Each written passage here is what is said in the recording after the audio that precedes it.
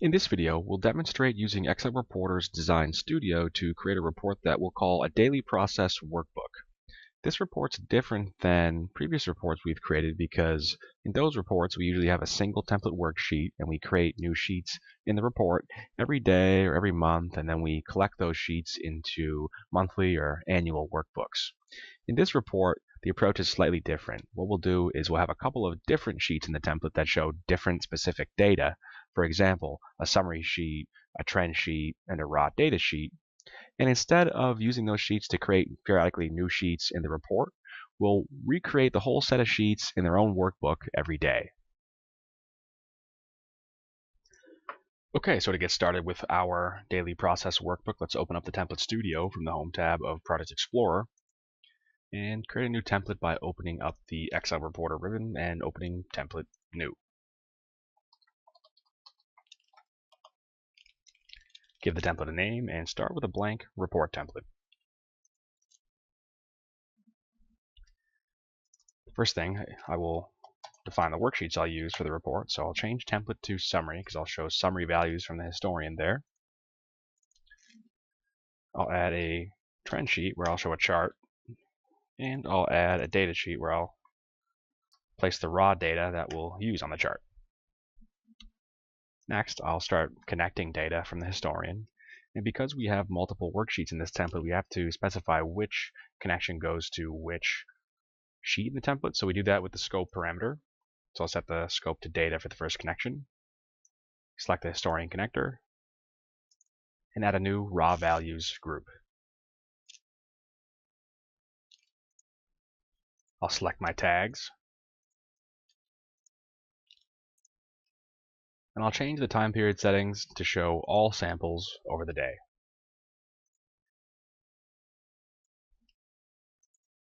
Close and save the group, and I'll add it onto the data sheet in B5, and I'll use a placement type of insert at end, and that will make adding the chart in a moment a little bit easier. Now I'll format the data just using the standard tools of Excel. With insert, we only need to format the first two rows. So the daytime column will be time, and the data area will be number.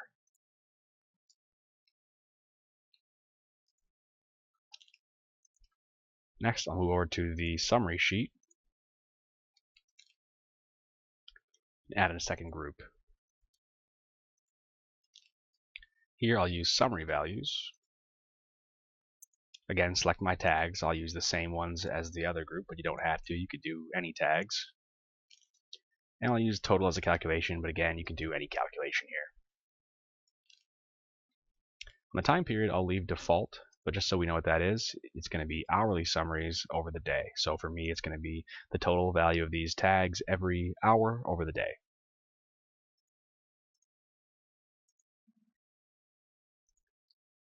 Back in connections, I'll add this one in B5 on summary, but I'll use the type direct. So now I'll save and close connections, and I'll do a formatting again. Data column will be number, and timestamps will be time.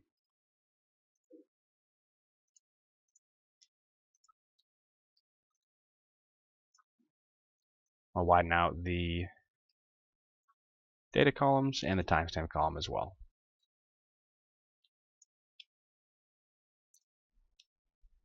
Next, let's add the trend chart here. So I'll open up the chart designer. And I can do a line chart for this one, but you can do bar, column, or scatter, and they all work more or less the same way.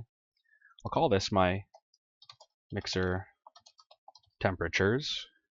For Y values, I'll go over to the raw data sheet, select my mixer temperature columns, including the header row. I'll do the same thing for the date column with the X values, enable header rows, go back to the trend sheet, and I'll insert this into the template. To keep my formatting nice and tight, I'll go to the Format tab in Excel, and I'll snap this chart into the grid. And we'll expand it as well. So now I will do the report name settings for this one. And with this workbook, we don't create any target sheets. We're just going to create the whole workbook every day. So I'll modify the workbook settings, set the name to year, month, and day. And then just because we don't want to have hundreds of files sitting in the same directory, I'll do a monthly folder for this one as well. So now I'll save the template, and we can schedule it to update by adding a schedule here. And the action we want is going to be update workbook, which will update both the data and summary sheets. Select the template workbook, and we'll do this daily. I'll give it a few minutes at the beginning of the day just so I don't miss any data in the historian from the end of the day. And we'll do a 1-day time adjustment so that at 12:15 we'll go create the report for the complete previous calendar date. With historical data, we can backfill the report and test it out at the same time using the test button. So let's do that, and I'll run this over a couple of days here in March. And I'll save, close down the scheduler, close down the template, and I can check out the results from Workbook Reports Viewer on the Home tab of Project Explorer. So in here you can see that I have the 2017 March folder for this report. I've got my 5 files over the days that I tested. Each one has all my sheets in it, defaults to the trend sheet, but I can go over to the summary sheet, which shows hourly totals over the day, and the raw data sheet, which shows all my raw samples.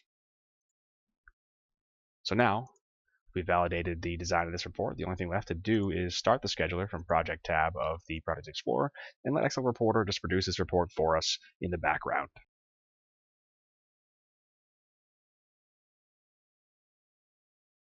For more information, visit us online at www.scitech.com.